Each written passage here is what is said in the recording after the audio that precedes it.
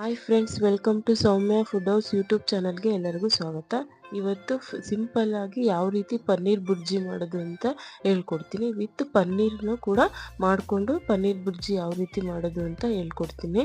Same dhaba ಸ್ಟೈಲಲ್ಲಿ ಈ ಮಾಡೋ ಥರನೇ ಪನ್ನೀರ್ ಬುರ್ಜಿನ ಮಾಡೋದನ್ನು ಹೇಳ್ಕೊಡ್ತೀನಿ. ಅದಕ್ಕಿಂತ ಮುಂಚೆ ಹೊಸದಾಗಿ ಯಾರೆಲ್ಲ ನಮ್ಮ ಚಾನಲನ್ನು ನೋಡ್ತಾ ಇದ್ದೀರಾ, ಸೊ ದಯವಿಟ್ಟು ಕೆಳಗಡೆ ಕಾಣ್ತಿರ್ತಕ್ಕಂತಹ ಸಬ್ಸ್ಕ್ರೈಬ್ ಬಟನ್ ಮೇಲೆ ಒತ್ತಿ ಮತ್ತು ಬೆಲ್ ಐಕಾನ್ ಮೇಲೆ ಪ್ರೆಸ್ ಮಾಡಿ. ಸೊ ಫ್ರೆಂಡ್ಸ್, ಇದನ್ನು ಯಾವ ರೀತಿ ಮಾಡೋದು ಅಂತ ಹೇಳ್ಕೊಡ್ತೀನಿ. ಮೊದಲನೇದಾಗಿ ನಾವು ಗ್ಯಾಸ್ ಮೇಲೆ ಒಂದು ಪಾತ್ರೆನ ಇಡಬೇಕು.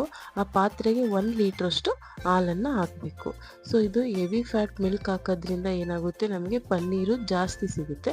ಸೊ ಇದು ಪಾಕೆಟ್ ಹಾಲು ಆಗೋದ್ರಿಂದ ಸ್ವಲ್ಪ ಸಿಗುತ್ತೆ. ಸೊ ಆ ಹಾಲು ಕಾಯೋ ಅಷ್ಟೊತ್ತಿಗೆ ಒಂದು ಬೌಲ್ಗೆ 1 ಲೋಟದಷ್ಟು ನೀರನ್ನು ಹಾಕ್ಕೊಂಡು ಅದಕ್ಕೆ 3ರಿಂದ 4 ಟೇಬಲ್ ಸ್ಪೂನಷ್ಟು ವಿನೆಗರನ್ನು ಮಿಕ್ಸ್ ಮಾಡಬೇಕು. ವಿನೆಗರನ್ನು ಡೈರೆಕ್ಟಾಗಿ ಹಾಲಿಗೆ ಹಾಕೋದ್ರಿಂದ ಏನಾಗುತ್ತೆ, ಆ ಪನ್ನೀರು ತುಂಬ ಗಟ್ಟಿ ಆಗುತ್ತೆ. ಸೊ ಅದಕ್ಕೆ ಈ ಥರ ನೀರಿಗೆ ಮಿಕ್ಸ್ ಮಾಡ್ಕೊಂಡ್ಬಿಟ್ಟು ಈ ಹಾಲು ಉಕ್ಕಬೇಕಾದ್ರೆ ಅದನ್ನು ಗ್ಯಾಸನ್ನು ಆಫ್ ಮಾಡಿಕೊಂಡು ಅಥವಾ ಲೋ ಫ್ಲೇಮಲ್ಲಿ ಇಟ್ಕೊಂಡ್ಬಿಟ್ಟು ಅದಕ್ಕೆ ಸ್ವಲ್ಪ ಆಗಿ ಮಿಕ್ಸ್ ಮಾಡಿರ್ಕಂಥ ವಿನೆಗರ್ ನೀರನ್ನು ಆ್ಯಡ್ ಮಾಡಬೇಕು.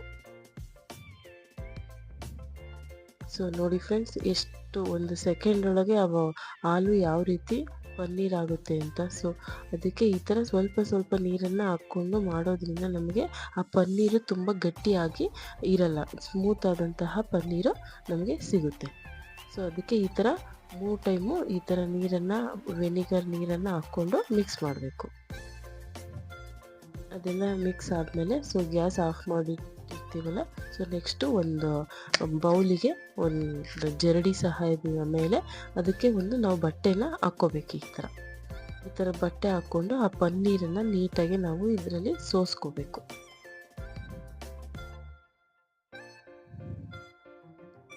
ಈ ಥರ ನೀಟಾಗಿ ಸೋಸ್ಕೊಂಡ್ಮೇಲೆ ನಾವು ಅದಕ್ಕೆ ಸ್ವಲ್ಪ ತಣ್ಣೀರನ್ನು ಆ್ಯಡ್ ಮಾಡಬೇಕು. ಈ ಥರ ತಣ್ಣೀರನ್ನು ಆ್ಯಡ್ ಮಾಡಿ ಸೈಡಿಗೆ ಇಡಬೇಕು. ಅದಾದಮೇಲೆ ನೆಕ್ಸ್ಟು ಗ್ಯಾಸ್ ಮೇಲೆ ಒಂದು ಪ್ಯಾನನ್ನು ಕಾಯಕ್ಕಿಟ್ಟು ಅದಕ್ಕೆ 2 ಟೇಬಲ್ ಸ್ಪೂನಷ್ಟು ಬೆಣ್ಣೆನ ಆ್ಯಡ್ ಮಾಡಬೇಕು. ಆ ಬೆಣ್ಣೆ ಕರಗೋದ್ರೊಳಗೆ ಅದಕ್ಕೆ ನಾವು 2ರಿಂದ 3 ಟೇಬಲ್ ಸ್ಪೂನಷ್ಟು ಎಣ್ಣೆನ ಹಾಕ್ಕೋಬೇಕು. 2 ಟೇಬಲ್ ಸ್ಪೂನಷ್ಟು ಎಣ್ಣೆನ ಹಾಕ್ಕೊಂಡ್ಮೇಲೆ ಅದಕ್ಕೆ ನಾವು 1ರಿಂದ ಅಥವಾ 1.5 ಟೇಬಲ್ ಸ್ಪೂನಷ್ಟು ಕಡಲೆ ಹಿಟ್ಟನ್ನು ಹಾಕ್ಕೋಬೇಕು. 2 ಟೇಬಲ್ ಸ್ಪೂನಷ್ಟು ಕಡಲೆ ಹಿಟ್ಟನ್ನು ಹಾಕ್ಕೊಂಡು ನೀಟಾಗಿ ಈ ಥರ ಅದನ್ನು ಲೋ ಫ್ಲೇಮಲ್ಲೇ ನೀಟಾಗಿ ಮಿಕ್ಸ್ ಮಾಡ್ಕೋಬೇಕು. ಅದೆಲ್ಲ ನೀಟಾಗಿ ಈ ಥರ ಮಿಕ್ಸ್ ಆದಮೇಲೆ ಅದಕ್ಕೆ 1-2 ನಿಮಿಷಗಳ ಕಾಲ ಈ ಥರ ಲೋ ಫ್ಲೇಮಲ್ಲೇ ಇದನ್ನು ಈ ಥರ ಫ್ರೈ ಮಾಡ್ಕೊಂಡ್ಮೇಲೆ ಅದಕ್ಕೆ ನಾವು ಹೆಚ್ಚಿರ್ತಕ್ಕಂತಹ 2ರಿಂದ 3 ಈರುಳ್ಳಿನ ಹಾಕಬೇಕು.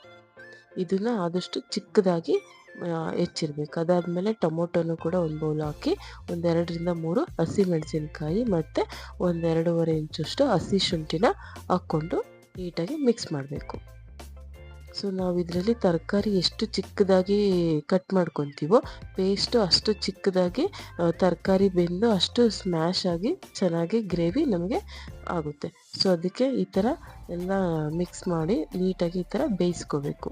ಈ ಥರ ಎಲ್ಲ ಬೆಂದಮೇಲೆ ಕೊನೆಯದಾಗಿ ಇದಕ್ಕೆ ನಾವು ರುಚಿಗೆ ತಕ್ಕಷ್ಟು ಉಪ್ಪು ಮತ್ತು 1/2 ಟೇಬಲ್ ಸ್ಪೂನಷ್ಟು ಅರಿಶಿನ, 1 ಟೇಬಲ್ ಸ್ಪೂನಷ್ಟು ಅಚ್ಚಕಾರದ ಪುಡಿ, ಕಾಶ್ಮೀರಿ ರೆಡ್ ಚಿಲ್ಲಿ ಪೌಡರ್ ಮತ್ತು 1/2 ಟೇಬಲ್ ಸ್ಪೂನಷ್ಟು ಗರಂ ಮಸಾಲನ ಹಾಕ್ಕೋಬೇಕು. ಅದೆಲ್ಲ ಹಾಕ್ಕೊಂಡ್ಮೇಲೆ ಈ ಗ್ರೇವಿ ಕನ್ಸಿಸ್ಟೆನ್ಸಿ ನೋಡ್ಕೋಬೇಕು. ಅದು ತುಂಬ ಗಟ್ಟಿಯಾಗಿತ್ತು ಅಂತ ಅಂದರೆ ನಾವು ಸ್ವಲ್ಪ ನೀರನ್ನು ಆ್ಯಡ್ ಮಾಡ್ಕೋಬೇಕು.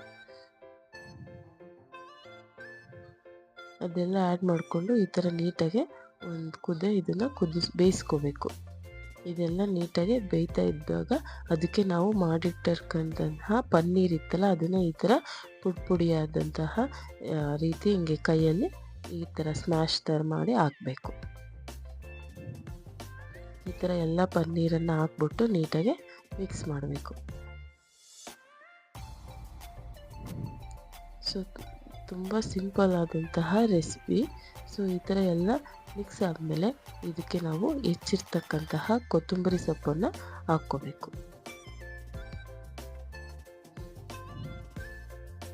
ಕೊತ್ತಂಬರಿ ಸೊಪ್ಪು ಹಾಕಿದ್ಮೇಲೆ ಮತ್ತೆ ನಮಗೆ ಗ್ರೇವಿ ಸ್ವಲ್ಪ ಗಟ್ಟಿ ಅನಿಸಿದರೆ ಮತ್ತೆ ಸ್ವಲ್ಪ ನೀರನ್ನು ಒಂದು 1/4 ಲೋಟದಷ್ಟು ನೀರನ್ನು ಹಾಕ್ಕೊಂಡು ಅದನ್ನು ನೀಟಾಗಿ ಬೇಯಿಸ್ಕೋಬೇಕು. ಈ ಥರ ಎಲ್ಲ ನೆಕ್ಸ್ಟ್ ಬೆಂದಮೇಲೆ ಅದಕ್ಕೆ ನಮಗೆ ಬೇಕು ಅನಿಸಿದರೆ ಫ್ರೆಶ್ ಕ್ರೀಮನ್ನು 1 ಟೇಬಲ್ ಸ್ಪೂನಷ್ಟು ಹಾಕಬೇಕು. ಇದು ಆಪ್ಷನಲ್, ನಿಮಗೆ ಇಷ್ಟ ಆದರೆ ಹಾಕ್ಕೋಬೋದು. ಅದಾದಮೇಲೆ ಸ್ವಲ್ಪ ಕಸೂರಿ ಮೇಥಿನ ಹಾಕ್ಕೋಬೇಕು. ಅದಾದಮೇಲೆ ಮತ್ತೆ ಕೊತ್ತಂಬರಿ ಸೊಪ್ಪನ್ನು ಕೂಡ ಆ್ಯಡ್ ಮಾಡಬೇಕು.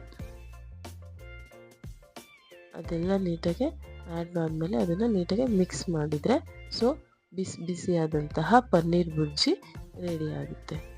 ಅದಾದಮೇಲೆ ಅದಕ್ಕೆ ಜೊತೆಗೆ ನಾವು ಖಾರ ಚಟ್ನಿ, ಈರುಳ್ಳಿ ಮತ್ತು ಮೆಣಸಿನ್ಕಾಯಿನ ಜೊತೆಗೆ ಇಟ್ಕೋಬೋದು. ಅದಾದಮೇಲೆ ಬ್ರೆಡ್ಡನ್ನು ಇದಕ್ಕೆ ಹಚ್ಕೊಂಡು ತಿನ್ನೋಕ್ಕೆ ಬ್ರೆಡ್ಡನ್ನು ಇದನ್ನು ಈ ಥರ ತಗೋಬೋದು.